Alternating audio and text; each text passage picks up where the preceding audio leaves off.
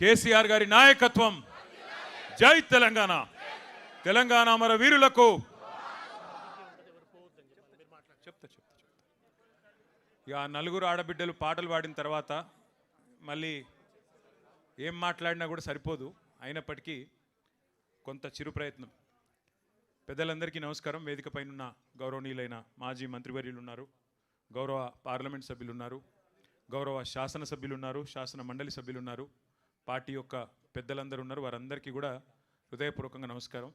ఒకరి పేరు చెప్పి ఒకరి పేరు చెప్పకపోవడం భావ్యం కాదు. కాబట్టి దయచేసి అందరికీ, ఇక్కడికి విచ్చేసిన ప్రతి ఆడబిడ్డకి, ప్రతి అన్నకు, ప్రతి తమ్ముడికి, మా పత్రికా మిత్రులకి, తెలంగాణ ఉద్యమంలో కూడా వారు కూడా ఆనాడు టీజేఎఫ్ పేరు పెట్టి పోరాడిన మా కలం వీరులకు కూడా హృదయపూర్వకంగా అందరికీ తెలంగాణ ఆవిర్భావం సందర్భంగా వారికి శుభాకాంక్షలు తెలియజేసుకుంటూ, మరి ఇన్ని పాటలు విన్న తర్వాత ఒకసారి కేసీఆర్ గారు రాసిన ఒక పాటను కూడా మీకు గుర్తు చేయాల్సిన బాధ్యత నా మీద ఉందని నేను అనుకుంటా ఉన్నా. ఆనాడు ఉద్యమ స్ఫూర్తిని నింపడానికి ఎవరిలో కూడా మళ్ళీ తెలంగాణ వస్తుందా అనే అనుమానం ఉన్న వారందరి అనుమానాలు పటాపంచలు చేయడానికి కేసీఆర్ గారు స్వయంగా కలం పట్టుకొని రాసిన పాట ఒక చరణం. సిపాయిల తిరుగుబాటు విఫలం అయ్యిందని, సిపాయిల తిరుగుబాటు విఫలం అయ్యిందని అనుకుంటే వచ్చేదా దేశానికి స్వాతంత్రం, రాజీ లేని పోరాటమే విజయం సాధిస్తుంది, ముమ్మాటికి తెలంగాణ రాష్ట్రం వచ్చి తీరుతుంది. ఇది కేసీఆర్ గారు రాసిన పాట.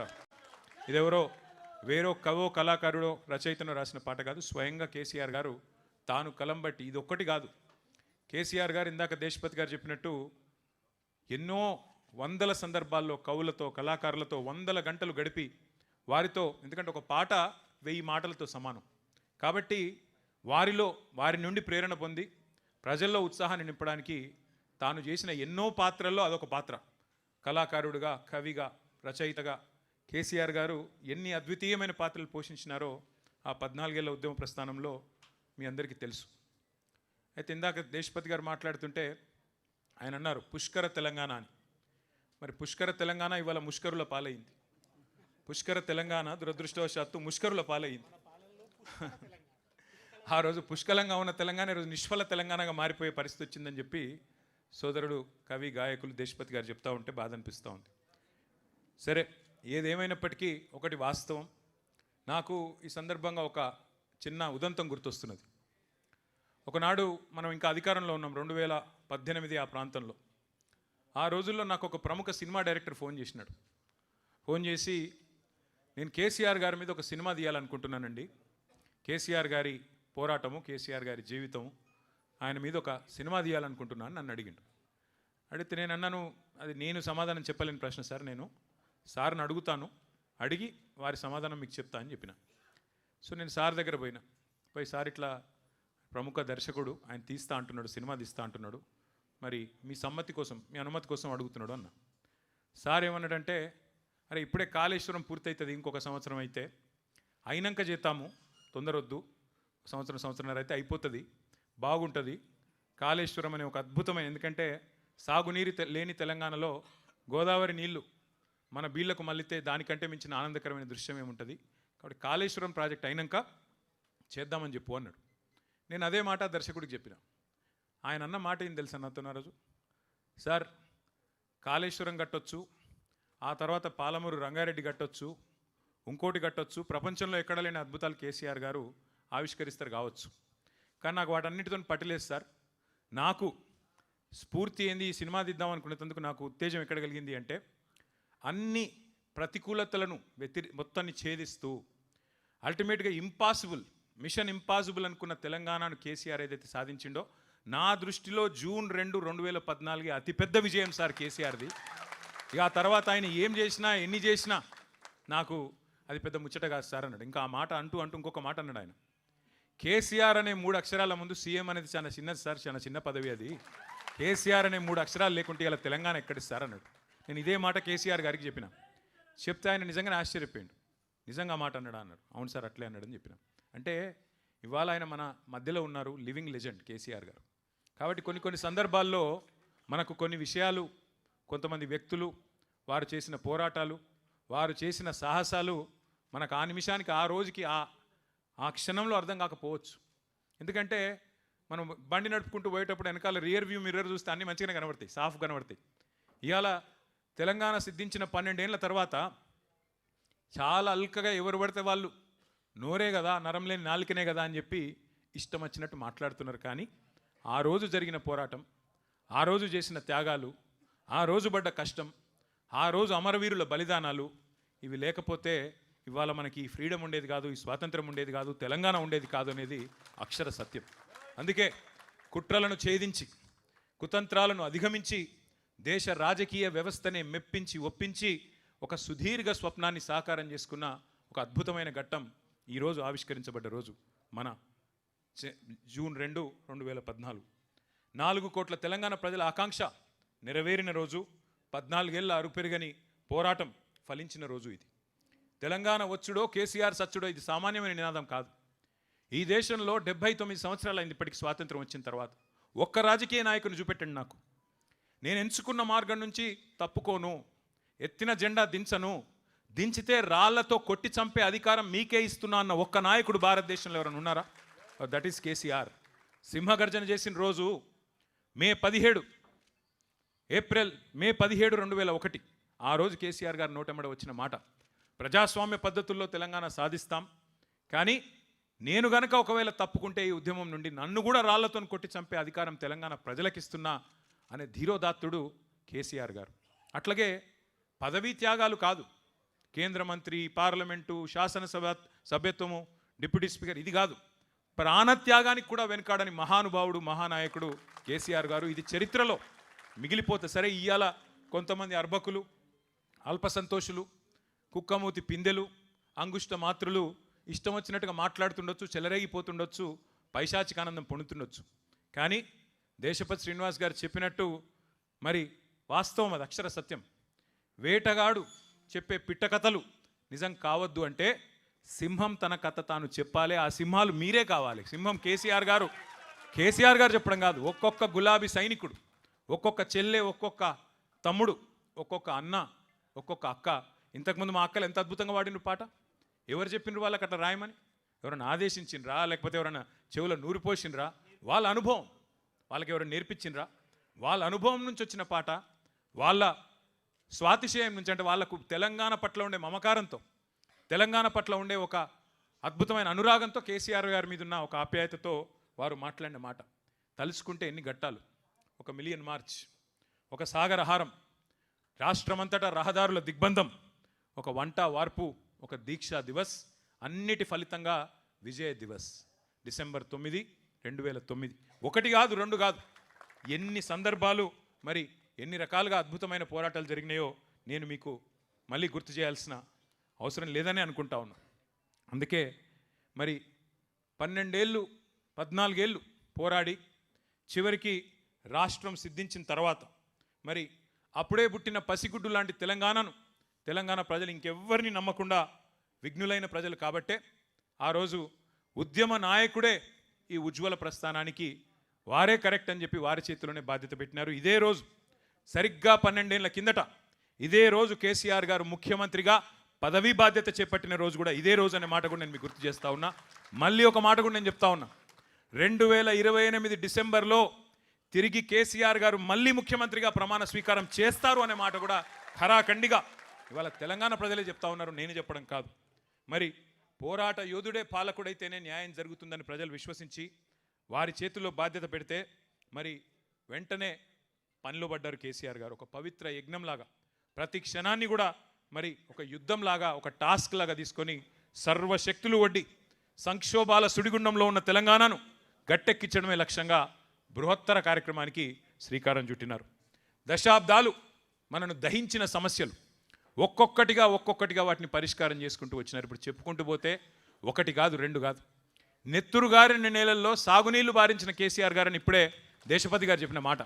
అట్లాగే బొక్కలు వంగిన నల్లగొండలో, ఫ్లోరోసిస్తో బొక్కలు వంగిన నల్లగొండలో మరి బొక్కలు విరిచిన గత పాలకుల దుర్మార్గాల సాక్షిగా మిషన్ భగీరథ చేపట్టి ఇంటింటికి నీళ్ళిచ్చి ఆడబిడ్డల కన్నీళ్లు శాశ్వతంగా తుడిచిన నాయకుడు కేసీఆర్ గారు కాదా అని నేను గుర్తు చేస్తా ఉన్నా.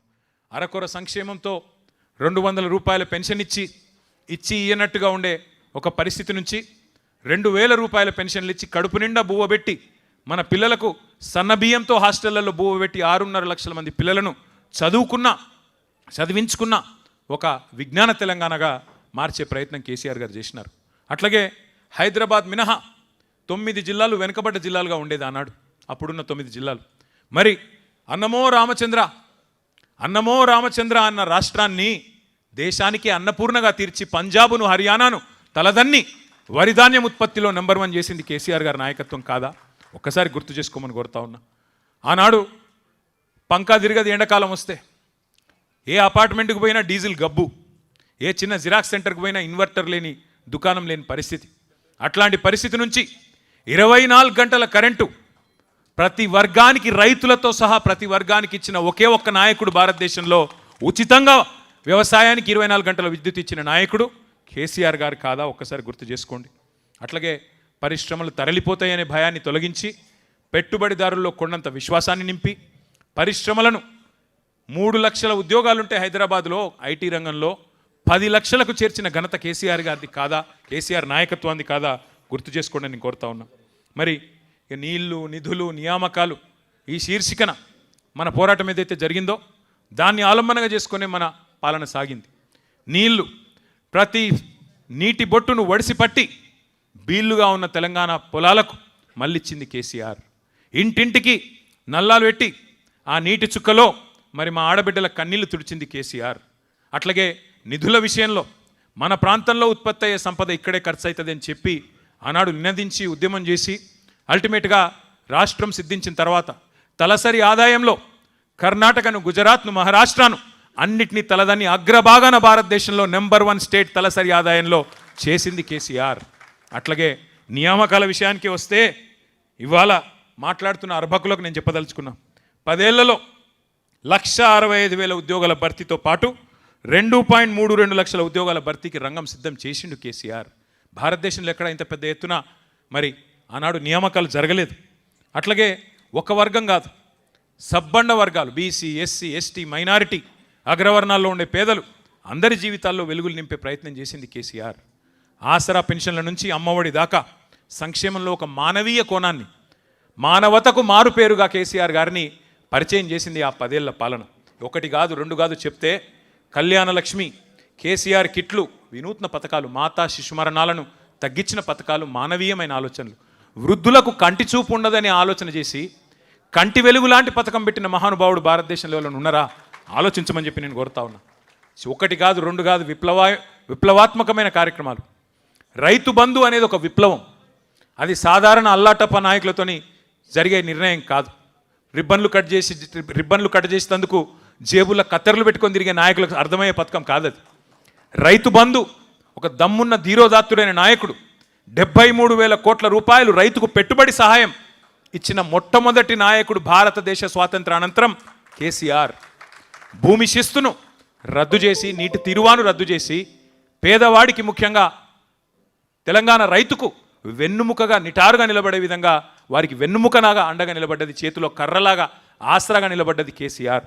అట్లాంటి కేసీఆర్ గారిని సరే రకరకాలుగా బదనాం చేసి, ఇష్టం వచ్చిన చిల్లర ప్రచారాలు చేసి, ఇష్టం వచ్చిన తీరులో విష ప్రచారాలు చేసి, రకరకాల చండాలపు మాటలు మాట్లాడి, ఆయన ఒక 150 గదులుండ ఒక భవనం కట్టుకున్నాడు, బంగారు భవనం కట్టుకున్నాడు, అందులో బంగారు కమోడులు ఉన్నాయి అని చెప్పి చిల్లర మల్లర మాటలు మాట్లాడి ప్రజల నెత్తి నిండా మరి ఇదిగో పులి అంటే అదిగో తోక అనే ప్రపంచం మనది, ఏంది అనేది కూడా ఆలోచన లేకుండా మరి నెత్తి నిండా ఇట్లాంటి అబద్ధాలతో, యూట్యూబ్ ప్రచారాలతో విషం నింపి, అబద్ధాలు చెప్పి, చివరికి అవే అబద్ధాలను డిక్లరేషన్ల రూపంలో, అవే అబద్ధాలను 420 హామీల రూపంలో అడ్డమైన మాటలన్నీ చెప్పి చివరికి మరి గద్దెనెక్కింది కాంగ్రెస్ పార్టీ, కాంగ్రెస్ ప్రభుత్వం. అబద్ధాలు, అభూత కల్పనలు, విష ప్రచారాలతో తెలంగాణ రాజకీయాలను కలుషితం చేసింది కాంగ్రెస్ పార్టీ.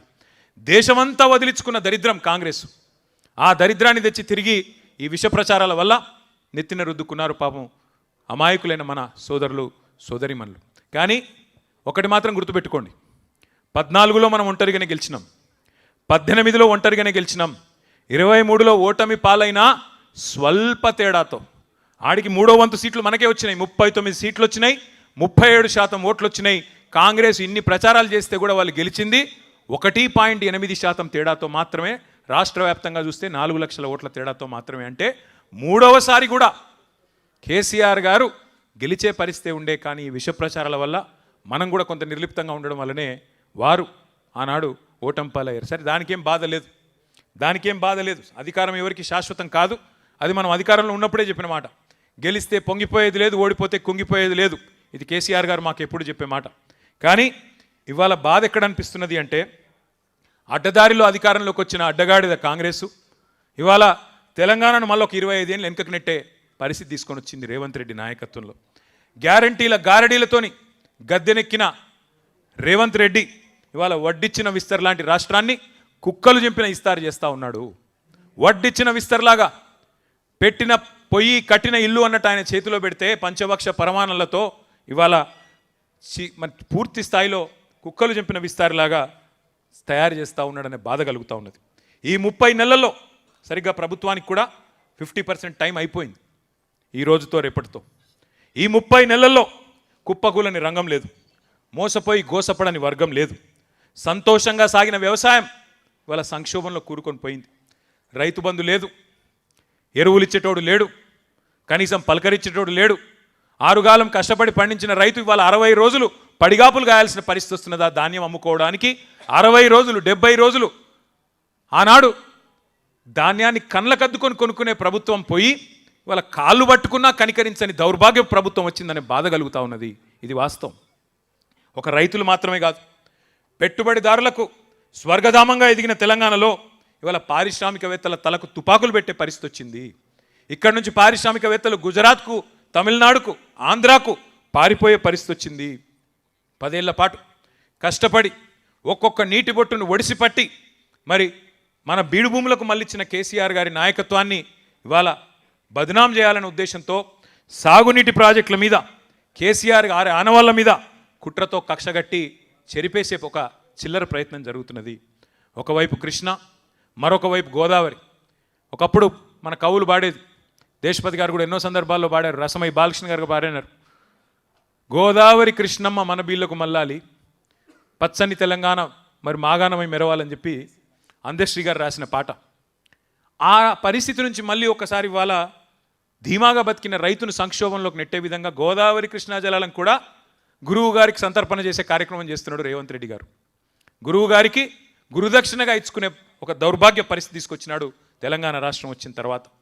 కానీ నేను ఇందాక చెప్పినట్టు 50% టైం అయిపోయింది ఈ దరిద్రానికి.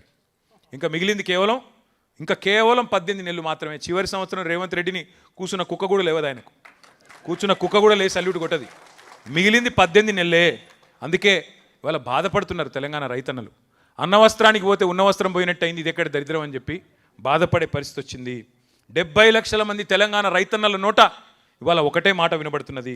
4 సార్లు రైతు బంధును ఎగ్గొట్టిన నయవంచకుడు రేవంత్ రెడ్డి, యూరియా కూడా ఇవ్వని చేతగాని అసమర్థ ముఖ్యమంత్రి రేవంత్ రెడ్డి, పంటను కొనలేని సన్నాసి రేవంత్ రెడ్డి. ఇది నేను చాలా పొలైట్గా మాట్లాడుతున్నా, మళ్ళా ఈయన అహంకారం అని మాట్లాడతారు. నేను మాట్లాడే మాటలు చాలా తక్కువ మాట్లాడుతున్నా. మీరు రైతుల కాడికి పోతే, మీరు మైకు పెడితే రైతులు ఇవాళ మాట్లాడే భాష ఇంకొకడు రేషమున్నోడైతే హుస్సేన్ సాగర్లో దూకి చచ్చిపోవాలి. అటువంటి మాటలు మాట్లాడుతున్నారు ఇవాళ రైతులు. వాస్తవం ఇది. రైతులనే కాదు, తెలంగాణలోని తమ్ముళ్లను, చెల్లెళ్లను ఆశపెట్టి అశోక్ నగర్లో రోడ్డు మీద కూసోబెట్టి 2 ఉద్యోగాలు ఊడగొట్టండి, కేసీఆర్ది కేటీఆర్ది, మొదటి సంవత్సరంలోనే 2 లక్షల ఉద్యోగాలు ఇస్తానని మాట చెప్పిండు రాహుల్ గాంధీ. ఇలా ఎక్కడ చచ్చిండు రాహుల్ గాంధీ? అశోక్ నగర్కి వచ్చేందుకు మొహం జల్తలేదా? ఎక్కడ పోయినావు రాహుల్ గాంధీ? మొదటి సంవత్సరంలో 2 లక్షల ఉద్యోగాలు ఇస్తానన్న సన్నాసి రాహుల్ గాంధీ 2.5 ఏళ్ళైంది, ఇప్పటివరకు 4,000 ఉద్యోగాలు కూడా నీ ప్రభుత్వం ఇవ్వలేదు కదా. వస్తావా అశోక్ నగర్కు? సెక్యూరిటీ లేకుండా వచ్చే దమ్మున్నదా అశోక్ నగర్ చౌరస్తాకు? చిక్కడపల్లి లైబ్రరీకి వస్తావా రేవంత్ రెడ్డి? ఇప్పుడు ఎట్లయిపోయిందంటే చిక్కడపల్లి లైబ్రరీకి వస్తలేడు రేవంత్ రెడ్డి, చిక్కడు దొరకడన్నట్టు తప్పించుకొని తిరుగుతూ ఉన్నాడు సందులలో వాడి. సెక్యూరిటీ లేకుండా బయటికి వచ్చే పరిస్థితి కూడా కాంగ్రెస్ మంత్రులకు కానీ ఇవాళ ఆ నాయకులకు కానీ లేదు. వాస్తవం ఏంటి అంటే ఇవాళ మొత్తం తెలంగాణనే ఒక ధర్నా చౌక్ అయిపోయినట్టుగా కనబడతా ఉన్నది. తెలంగాణ మొత్తం ఇవాళ ఒక సంక్షోభంలో కూరుకుపోయినట్టుగా కనబడుతున్నది. పంటలు కొనండి మహాప్రభో అని కాళ్ళు పట్టుకుంటున్న అన్నదాతల ఆక్రందనలు ఒకవైపు, జాబ్ క్యాలెండర్ ఏమైంది అని పోరాటం చేస్తున్న నిరుద్యోగ యువత నిరసనలు మరొక వైపు, ఉద్యోగులకు వెన్నుపోటు. 6 నెలలనే పీఆర్సీ అన్నాడు. 2.5 ఏళ్ళు అయింది కదా. పీఆర్సీ లేదు, డిఏ లేదు, ఐఆర్ లేదు, ఏదీ లేదు.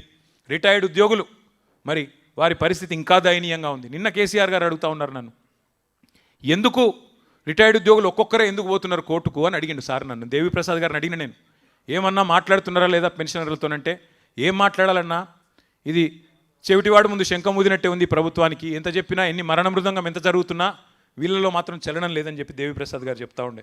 గురుకులాల్లో ఆనాడు మా ఆర్ఎస్ ప్రవీణ్ గారు సెక్రటరీగా అద్భుతంగా కేసీఆర్ గారి నాయకత్వంలో 1000 గురుకుల పాఠశాలలు మనం పెడితే ఇవాళ గురుకులాల్లో అమాయక విద్యార్థుల మరణ మృదంగం. ఇంకా సిగ్గు లేకుండా ముఖ్యమంత్రి చెప్తున్నాడు, నేను బడి పిల్లలకే కాదు ఇంటర్మీడియట్ పిల్లలకు కూడా ఏదో పెడతా అని చెప్తున్నాడు భోజనం. ముందు ఆ పిల్లల్ని అయితే బతుకున్న పిల్లల్ని కాపాడు. నువ్వు కొత్తగా ఏదో చేయాల్సిన అవసరం లేదు, ఉన్నవి నిలిపితే చాలు. పట్టపగలే దోపిడీలు, దొంగతనాలు, దొమ్మీలు, అఘాయిత్యాలు. హైదరాబాద్ నడిబొడ్డున ఐఏఎస్ అధికారులు నివసించే ప్రశాసన్ నగర్లో పట్టపగలే హత్యలు. ఇంకా దరిద్రం ఏంటంటే 1-2 కాదు అఘాయిత్యాలు. ఎక్కడికక్కడ చందానగర్లో, హైదరాబాద్లో, కరీంనగర్లో ఉదయం పూట 11 గంటలకు 5 తుపాకులు పట్టుకొని పోయి తుపాకుల కాల్పుల మూతలతో దద్దరిల్లుతున్నది వాళ్ళ తెలంగాణలో. వాళ్ళ తెలంగాణలో శాంతి లేదు, ప్రజలకు భద్రత లేదు. 10 ఏళ్ళు పరుగులు పెట్టిన ఆర్థిక రంగం ఇలా కుదేలైపోయే పరిస్థితి. ఒక్క ఇటుక కూడా పేర్చలేదు రేవంత్ రెడ్డి గారు. ఒక్క ఇటుక పేర్చకుండా ఇవాళ 4 లక్షల కోట్ల అప్పును నెత్తి మీద రుద్దిండు రేవంత్ రెడ్డి. ఒక్క కాలువ దవ్వింది లేదు, ఒక్క చెరువు కట్టింది లేదు, ఒక్క ఇటుక పెట్టింది లేదు, కనీసం పెన్షన్లు ఇచ్చింది లేదు, పోనీ రైతు బంధు వేసింది కూడా లేదు. ఏం చేసినవయ్యా 4 లక్షల కోట్లు అంటే? రైతు బంధు బంద్ అయింది కానీ రాహుల్ బంధు మాత్రం బ్రహ్మాండంగా నడుస్తున్నది ఇవాళ తెలంగాణలో. టింగు టింగుమని రాహుల్ గాంధీ ఖాతా మాత్రం మారుమోగుతున్నది కానీ తెలంగాణ రైతుల ఖాతాల్లో మాత్రం డబ్బులు పడతలేవు. ఇది వాస్తవం.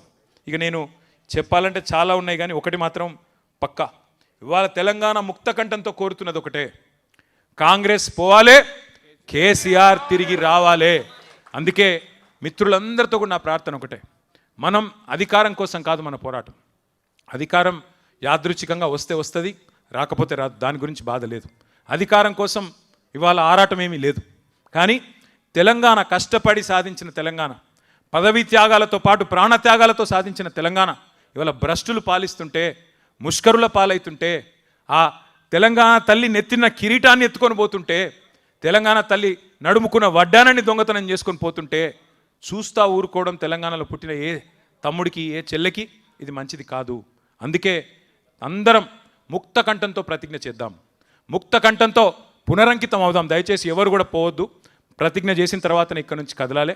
ప్రతిజ్ఞ చేసి పునరంకితం అవుతామని చెప్పి అందరం కూడా డెడికేటెడ్గా ముందుకు పోవాల్సిన అవసరం ఉన్నది. ఇప్పుడు నేను ఆ ప్రతిజ్ఞ చదువుతాను. దయచేసి మీరందరూ కూడా లేచి కుడి చేయి ముందుకు జాపి, కుడి చేయి, మీరు ముందర కూర్చున్న వాళ్ళు కూర్చోండి, ముందర కూర్చున్న వాళ్ళు మాత్రం కూర్చోండి. ఇక్కడ వాళ్ళకి అడ్డం, కెమెరాలకు అడ్డంగా ఉండకండి, మిగతా వాళ్ళు కూర్చోండి. కుడి చేయి ముందుకు జాపి, దయచేసి కుడి చేయి ముందుకు జాపి నేను చదువుతాను. మీరు దయచేసి మీరు కూడా వెంటనే మీరు కూడా చేయాలని చెప్పి ప్రార్థన. సుసంపన్నమైన ప్రకృతి సంపద, మహోజ్వల చరిత్ర కలిగిన ఈ పవిత్ర తెలంగాణ నేలపై జన్మించినందుకు నేను ఎంతో గర్విస్తున్నాను. కేసీఆర్ గారి నాయకత్వంలో ఎందరో అమరవీరుల త్యాగాలతో సాధించుకున్న తెలంగాణ దశాబ్ద కాలంలోనే సమగ్ర అభివృద్ధి సంక్షేమాలతో సస్యశ్యామలంగా వర్ధిల్లింది. నా తెలంగాణ రాష్ట్రాన్ని నేను గుండెల్లో పెట్టి కాపాడుకుంటాను. కానీ నేడు అబద్ధపు హామీలతో అధికారంలోకి వచ్చిన నయవంచక పాలనలో మన రైతాంగం, అన్ని వర్గాల ప్రజలు కష్టాల పాలైనారు. తెలంగాణ వ్యతిరేక శక్తుల కుట్రల వల్ల మన అస్తిత్వానికి, ఆత్మగౌరవానికి ముప్పు పొంచి ఉన్నది. ఈ విపత్కర పరిస్థితుల్లో తెలంగాణ అస్తిత్వ రక్షణే నా ప్రథమ కర్తవ్యంగా భావిస్తూ మరో ప్రజా పోరాటానికి నన్ను నేను పునరంకితం చేసుకుంటున్నాను. తెలంగాణ తల్లి సాక్షిగా, భారత రాజ్యాంగ నిర్మాత బాబాసాహెబ్ అంబేద్కర్ సాక్షిగా, తెలంగాణ అమరవీరుల సాక్షిగా గౌరవనీయులు కేసీఆర్ గారి నాయకత్వంలో తెలంగాణ వ్యతిరేకుల కుట్రలను ఛేదిద్దాం, మన తెలంగాణను రక్షించుకుందాం అనే నినాదంతో నిరంతరం ఉద్యమిస్తానని మనస వాచ కర్మన ప్రతిజ్ఞ చేస్తున్నాను. జై హింద్, జై తెలంగాణ, జై కేసీఆర్. Thank you. అందరు మిత్రులందరికీ ధన్యవాదాలు.